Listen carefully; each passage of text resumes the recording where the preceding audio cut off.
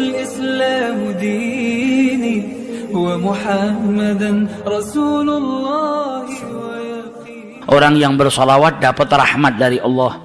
Orang yang bersolawat kelak tempatnya paling dekat dengan Rasulullah nanti di hari kiamat. Orang yang banyak bersolawat akan mendapatkan syafaat daripada Rasulullah Sallallahu Alaihi Wasallam. Orang yang memperbanyak solawat, hajat-hajatnya dikabulkan. Kalau kesusahan, diberikan jalan keluar sama Allah. Berkatnya solawat. Berkatnya solawat itu macam-macam. Yuqdhal hawaij, dia punya hajat yang banyak. Kalau dia perbanyak solawat kepada Rasulullah, hajat-hajatnya dikabulkan oleh Allah Subhanahu Wa Taala. Sehingga dalam hadisnya banyak Nabi mengucap aktsiru, perbanyaklah solawat. Yang paling dekat dengan kau kelak di hari kiamat adalah yang paling banyak bersolawat saat di dunia. Para ulama menjelaskan al-iktsar, memperbanyak solawat itu paling sedikit dari kategori perbanyaklah solawat. Minimal kau baca 300 kali solawat dalam sehari semalam, jangan kurang, supaya bisa masuk dalam kategori orang yang memperbanyak solawat kepada Rasulullah Sallallahu Alaihi Wasallam. Apalagi di zaman-zaman seperti ini kita sudah harus lebih banyak bersolawat, dan solawat itu zikir.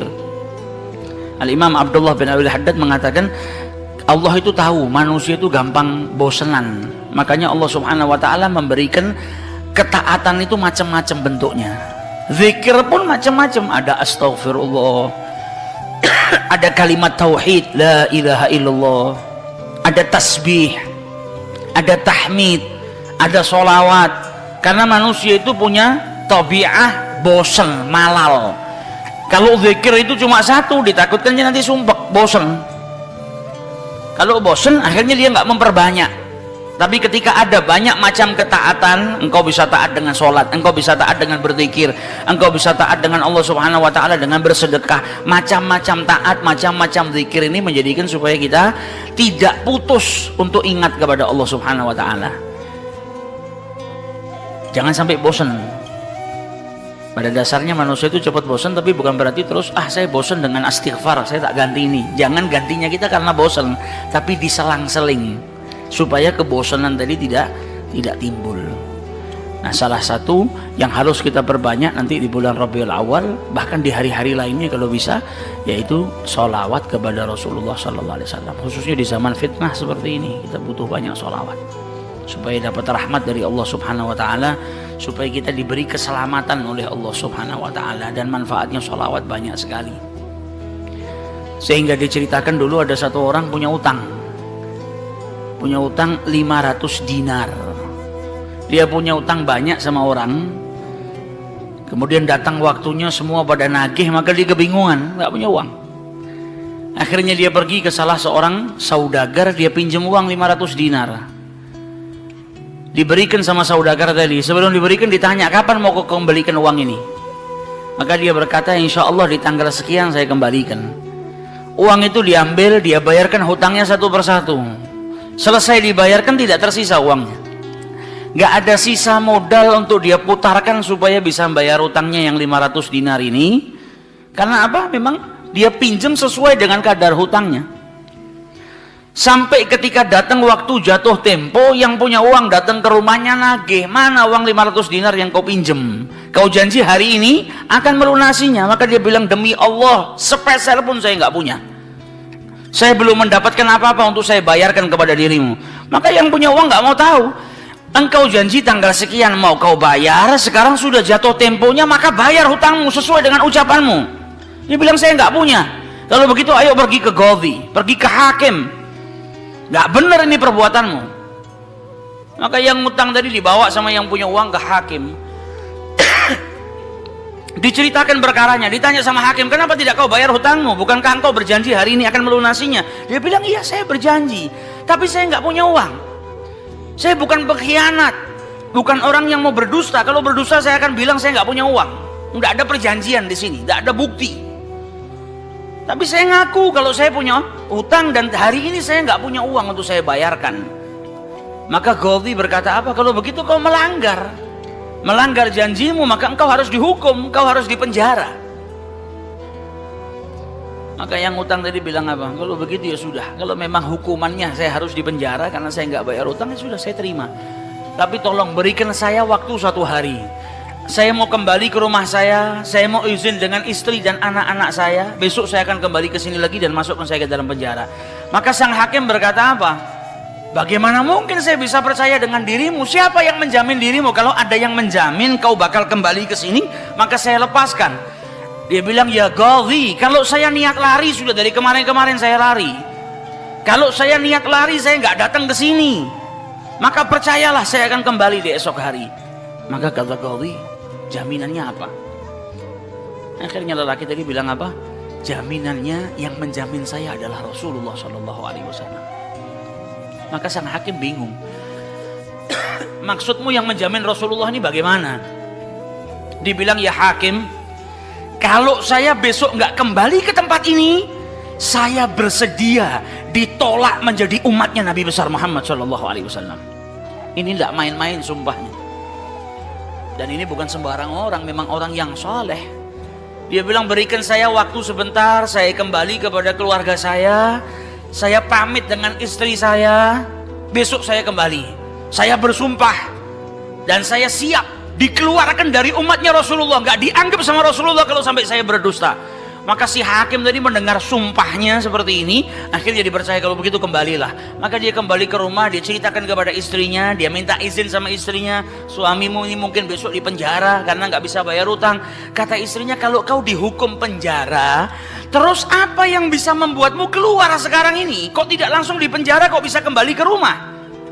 Kata suaminya, karena saya mendapatkan jaminan. Dari siapa? Dari Rasulullah. Dia ceritakan, saya bersumpah kalau saya nggak kembali di esok hari, saya rela tidak dianggap sebagai umatnya Rasulullah SAW.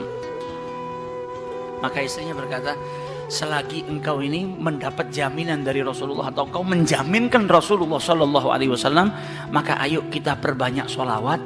Semoga Nabi besar Muhammad SAW benar-benar menjamin dirimu. Karena sholawat itu manfaatnya besar. Sholawat ini berkahnya luar biasa. Maka si suami sama si istri kemudian diperbanyak sholawat, membaca sholawat yang sangat banyak sampai mereka akhirnya tertidur. Yang laki yang punya utang tadi ketika tidur mimpi berjumpa dengan Rasulullah SAW. Dan Nabi dalam hadisnya telah bersabda, man ra'ani fakat ra'ani haqqa. Siapa yang mimpi berjumpa dengan diriku, maka sesungguhnya itu aku. Karena syaitan gak bisa menyerupai Nabi besar Muhammad SAW. Dan orang yang dalam hatinya ada mahabbah, orang yang rindu, orang yang membersihkan dirinya, orang yang memang benar-benar ingin berjumpa dengan Rasulullah SAW, akan diperjumpakan oleh Allah Subhanahu Wa Taala dalam mimpinya ataupun dalam keadaan yaqdzatan. Karena Nabi pun menjelaskan ada orang-orang yang bisa melihat Rasulullah SAW dalam keadaan sadar. Sebagaimana dulu diriwayatkan ada seorang santri kepingin ketemu sama Rasulullah, pingin mimpi. Tanya sama gurunya, sama kiainya, ajarkan kepadaku caranya mimpi ketemu Rasulullah itu bagaimana. Kata kiainya, apa gampang. Nanti malam kau makan ikan asin yang banyak, setelah makan jangan minum, kau tidur. Maka dia bingung, apa hubungannya ikan asin dengan mimpi ketemu Rasulullah? Praktekkan. Ini kiai mau mendidik santrinya yang betul-betul kepingin berjumpa dengan Rasulullah, pingin mimpi dengan Rasulullah SAW. Maka malam hari datang, dia makan ikan 1 piring, setelah itu nggak minum, tidur. Bangun tidur dia pergi ke gurunya, marah, mana saya nggak ngimpi ketemu Rasulullah. Kata gurunya, apa yang kau impikan? Kau mimpi ngelihat apa? Kata santri tadi, saya mimpi ngelihat laut, ngelihat sungai, ngelihat hujan, ngelihat air terjun. Kata gurunya, karena sebelum tidur yang kau rindukan adalah air. Kau makan ikan asin sehingga kau kehausan. Yang kau rindukan dan kau dambakan air. Maka apa yang kau rindukan dan apa yang kau dambakan datang dalam mimpi. Coba setiap kali kau tidur kau rindu dengan Rasulullah. Coba setiap kali kau tidur kau ingin sekali dan minta sama Allah Subhanahu Wa Taala akan diperjumpakan dengan Rasulullah SAW. Maka kau akan diperjumpakan dengan Nabi besar Muhammad SAW. Nah, ini yang diajarkan sama para ulama. Ini yang punya utang tadi mimpi ketemu Rasulullah SAW. Dalam mimpinya apa kata Rasulullah? Kau jangan takut, jangan gelisah. Orang yang mahabbah, baca sholawatnya bukan sekedar baca, tapi baca dari lubuk hatinya, baca dengan penuh kecintaan. Mimpi berjumpa dengan Rasulullah dan berkahnya sholawat tadi bisa menyelamatkan orang. hajat-hajatnya bisa dikabulkan, dapat pertolongan dari Allah Subhanahu wa taala. Maka dalam mimpinya Rasulullah bilang apa? Besok pagi kau pergi, idhab ilal wali, pergi ke gubernur di tempatmu itu, bilang sama gubernur tadi, Rasulullah mengucapkan salam kepadamu, dan sampaikan kepada si gubernur, kalau setiap hari dia bersolawat kepada Rasulullah sebanyak 1000 kali, itu solawatnya sampai kepada Nabi Muhammad. Dan sampaikan kepada si gubernur, tadi malam dia itu kebingungan baca solawat sudah 1000 atau belum. Ada salah dalam menghitung sehingga dia itu gelisah, saya sudah 1000 atau belum.